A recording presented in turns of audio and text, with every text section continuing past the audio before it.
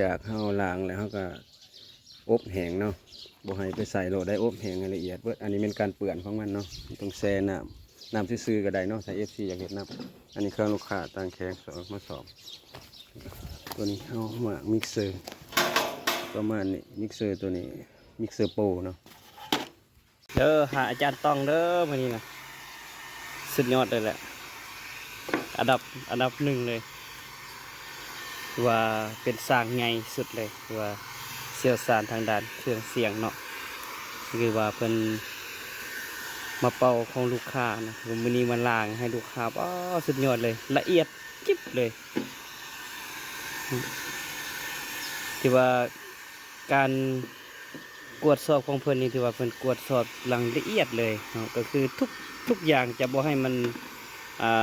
บ่ให้มันผิดปกติเนาะจะให้มันอยู่ในเกณฑ์ปกติของมัน